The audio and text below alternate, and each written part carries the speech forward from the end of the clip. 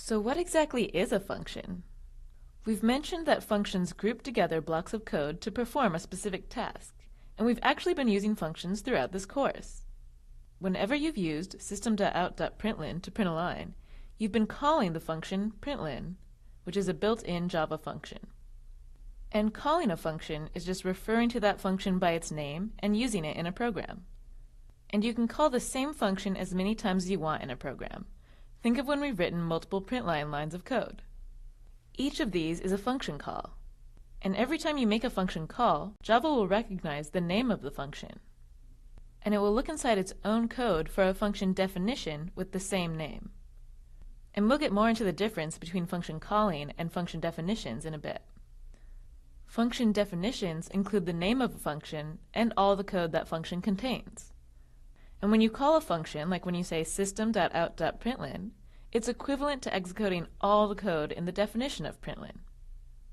So when you call println over and over again, all these calls will refer to the same one function definition. Java will see a call like this and then look to the definition to execute the code inside of this function.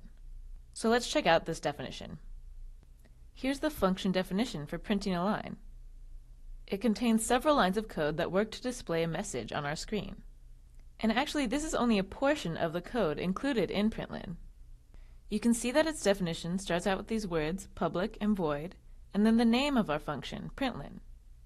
Then it takes in a string which we input, and then it has curly braces that group together all the code that println executes.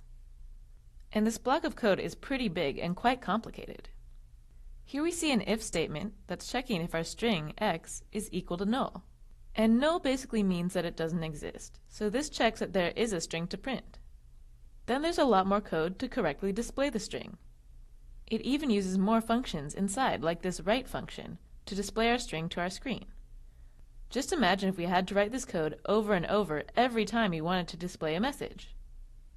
Luckily, since println is a function, we're able to use all this code as many times as we want just by referring to the function name with a function call. So function calls like this let us print stuff out to our screen, and we don't need to know the specifics of the code being executed.